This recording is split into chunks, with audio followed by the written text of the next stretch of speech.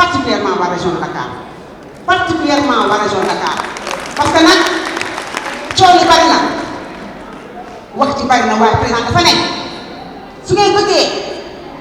ànd ci li nga xam ne laaj bi sama damay gagné de président moom dafa xam dafay gagné moom parce que jàpp na li mu liggéey Sénégal utal nag mu bañ a gagné loolu moom du ma sa am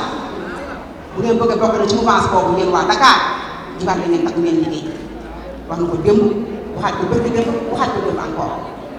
te yëngatu bi nag animation politique bi à la base ñun jigéen ñi la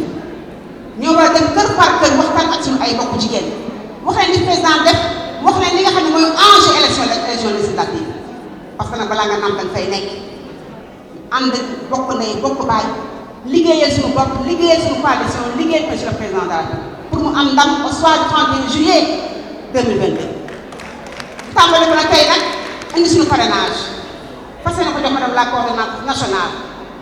madame le premier ministre Mimi Touré que nous saluons en passage, que nous félicitons et nous encourageons. Madame le Premier ministre, soyez notre porte-parole auprès de son Excellence Monsieur le Président de la République pour lui dire que les femmes sont engagées à l'accompagner jusqu'à ce qu'il ait la majorité confortable au niveau de l'Assemblée nationale. Il va continuer le travail qu'il a commencé au niveau du Sénégal de l'ordre moo ko mën a eggale. Donc madame la Premier ministre ñu lay sant bu baax di la gërëm sant fi ñu fi teew ñëpp nag. ku ci nekk rek naaj bi tàng na waaye kenn bougé wu loolu dafay wane ne engagement bi amoon ci président dara dellu ci ginnaaw maa ngi nuyu di leen sant bu baax di leen gërëm di félicité ñëpp di wax nii rek la bi ko jàppoo nii kenn du ñeme parce que loolu fi ñoo ko yor nii affaire fi la nekk. ma leen di nuyu particulièrement ci turu région de Kaolack turu département de Kaolack turu commune de Kaolack. di wax rek ndaje mi li ko waral ñun ñëpp xam nañ ko ñëpp xam nañ ne Sénégal jigéen daf fi am taxawaay bu am solo te taxawaay boobu jigéen am son excellence monsieur le président de la république Macky Sall daf ko xam bu baax a baax loolu moo tax bi mu faloo ba léegi mu am ay jéego yu am solo yoo xam ne def na ko jëm ci jigéen ñi duñu fi nekk di lim. ndax buñ fi limee fii la ñuy fanaan benn rek la ñuy wax boo xam ne moo gën a récent mu di ci assemblée nationale bee ñu nekk barki Dembo Ndiaye voté nañ fa benn loi pour wax ne jigéen ju wër na lor nekk ci entreprise wala nga nekk société du liggéey dañ lay protéger ba kenn du la dàq jox la sa àq jox la sa yelleef ba yàlla def jàmm nga mucc loolu nga xam ne nag président Macky Sall defal na ko jigéen ñi. jigéenu Sénégal yëpp dañu war a taxaw delloo ko njukkal rawatina nag ñun jigéenu alliance pour la république yaakaar loolu moo tax tey ñu commencé xeex bi ci parrainage bi fas yéene jébbal suñu ay parrainage madame le premier ministre madame le ministre de la femme la présidente nationale dina ci ñëw léegi waaye li ñuy wax rek mooy lii dafa nekk premier jéego yi nag dañ koy continuer ba inch'Allah rabbi le 31 juillet 2022 ñu offrir à son excellence monsieur le président de la république une majorité confortable à l'Assemblée nationale. li ñuy wax rek mooy nii ñu ko liggéeyee bu rafet ci parrainage bi nañu ko liggéeyee noonu ci population yi dem ci ñoom waxtaan ak ñoom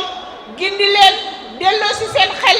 bu ko defee bu ñu demee élection législative ñoom ñëpp ñu mobiliser voter son excellence monsieur le président de la république ndax programme bu am solo bi nga xam ne mu ngi koy dérouler ci Sénégal di ko dérouler jëmale ko ci jigéen ñi programme boobu ñu mun ko may occasion mu eggale ko ci jàmm ak salaam. Madame le ministre de la femme Ndeye Saly bu wootee lu mel nii dafa am fu mu ko teg fi mu ko teg mooy d'abord xam président Macky Sall fan la teg jigéen ñi mais fi mu ko teg surtout mooy liggéey bi nga xam ne waxuma la biñ ko dénkee ministère bi mais biñ ko dénkee mouvement national des femmes ba léegi ku gis lii xam na am na lu yëngatu ci biir réew mi kon bu wootee lii daf ko war a woote ndax nag fi ñu jëm dafa nekk loo xam ne kenn waruñu ci jiitu élection législative yi ñu jëm te ñu ne balaa ñu ciy dem kenn ku nekk na à peu près rek mosali tuuti ca taxawaay ba mu ci war a am kon madame le ministre de la femme am nañ mbégte ñun ci ñëw taxaw ak yow fii sa wet ànd ak jigéen ñi fi ne wan waa Sénégal ne femme APR laxasaayu nañ sa ginnaaw pare nag waxuma la sax parrainage mais ñun moom dañuy xuus rek jàll kenn duñu téye kenn duñu téye kenn duñu téye kenn duñu téye. Je voudrais tout simplement vous faire comprendre qu'aujourd'hui ici le lieu et le moment de remercier le président de la République, son Excellence Macky Sall, pour tout ce qu'il a fait jusqu'à présent pour les femmes. Mais nous serions ingrats de remercier le président de la République sans remercier ces braves militantes et responsables femmes que vous êtes. Madame le Premier ministre, parce que tout simplement les femmes constituent le vivier électoral du Sénégal. Parce que tout simplement les femmes constituent 52% de la population. Parce que tout simplement les femmes constituent aujourd'hui le principal moteur de développement de ce pays. Et c'est la raison pour laquelle, Madame le Premier ministre, nous avons hélas très peu de femmes mères. Mais je voudrais, pour ces parrainages, que vous puissiez demander à son Excellence, Monsieur le Président de la République, d'investir plus de femmes députées, parce que si le Président de la République le fait, je reste persuadée qu'il n'y aura pas de cohabitation à l'Assemblée nationale, parce que les femmes vont relever le défi comme elles l'ont toujours fait. Au nom des femmes, au nom du mouvement national des femmes, nous nous engageons ici et maintenant ensemble, chers sœurs, à relever et le défi de la mobilisation et le défi surtout de remporter les législatives pour que le président de la République puisse continuer à manœuvrer, à gérer, à développer le Sénégal pour aller vers une émergence effective d'ici 2035. Je vous remercie, chers sœurs. Merci beaucoup. Li ni ngeen ko waxee, c'est le premier G. wax nga ko madame le ministre, l'objectif c'est 100 000 parrainages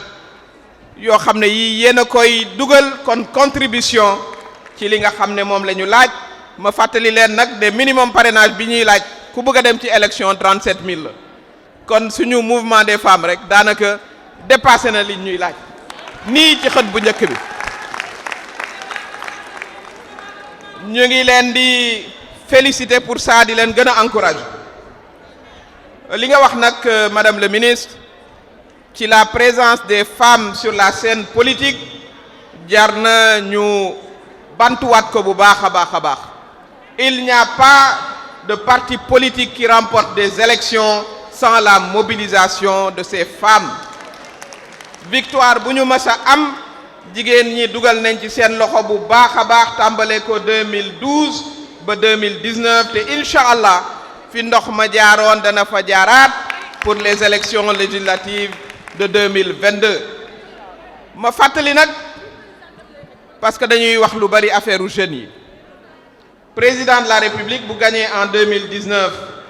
avec plus de 58%, ñaari constat lañ ci war a def mooy benn bi largement jigéen ñi dañ ko woteel ndax une population de plus de 51% bu nu la jàppalee ci ngay mën a am 58% globalement. ñaareel ba mooy les jeunes dañu ko woteel parce que population wu 70% moins de 35 ans pour nga am 58% ça veut dire que les jeunes dañu la woteel massivement. kon loolu mu ngi fi ba tey ñu am aussi une adresse particulière boo xam ne dañu koy def pour les jeunes filles. nañu fàttaliku ne si la jeunesse représente 70%, plus de la moitié de ces 70% là sont des jeunes filles. Il faut qu'on se le rappelle. di leen mobiliser fàttali leen aussi li président def ci ñoom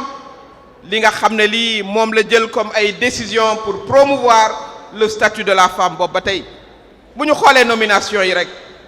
am na ci boo xam ne bii man toujours moom laay bantuwaat surtout bitim réew nga ñëw jël lu toll ni kaaraange police nationale nga ne directrice nationale de la police nationale dama koy jox soxna defe naa ne guléet ci continent wu Afrique ak mun naa wax sax ci àddina bi. Aujourd'hui, il n'y a plus un poste tabou pour les femmes ou interdit aux femmes. ñu tàmbale ko ci premier ministre di wàcc ba ci ay préfet yu jigéen ay gouverneurs yu jigéen dans l'armée aussi ñu am ci au niveau du commandement yu jigéen di xaar aussi suñu général bu jigéen incha allah. kon nag monsieur le président de la république il faut que ñu continuer jox ko doole bi nga xam ne moom lañ ko mës a jox ñun les femmes mooy jox ko une large majorité à l'Assemblée nationale le jour du 31 juillet 2022 incha allah. am nañ yaakaar nag ne ñun les femmes dinañ ci jouer suñu partition ba mu mat sëkk. c'est l'occasion aussi ñu wax ak suñu doom yi ñu jur ndax ñoom nag mënuñoo jaaxal quand même te sax jaaxaluñu ba tey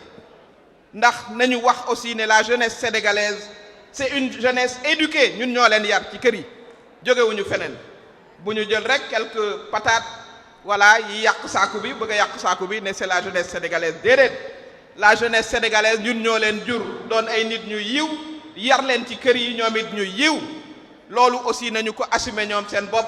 voilà bañ a bàyyi rek quelques voilà brebis galeuses les emporter c'est une minorité la vaste majorité des sénégalais jeunes dañu respecter seeni waajur respecter ñi leen mag ndax ay musulmans lañu ñu yar leen ci kër yi loolu aussi dañu leen koy wax ginnaaw bi ñu leen féddalee aussi suñu kóllëre suñu ay doom lañu suñu ay rakk lañu waaw ni ñu leen yore woon uufe leen ak les excellentes relations yi ñu am ak ñoom dinañu ko continuer ginnaaw bi ñu leen kañee wax leen ne réew mi seen réew la li ñuy def yépp ñoom lañ koy defal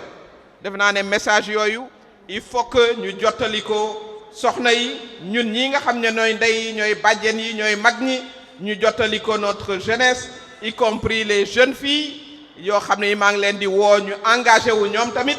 c'est la moitié de la jeunesse ñu am fit ni ko seen ndey yi amee voilà dal di continuer nag aussi di liggéey di jàngi ne ci marché yi ne ci atelier yi ñett ci salon coiffure yi bu le 31 juillet jotee ñu dem aussi voter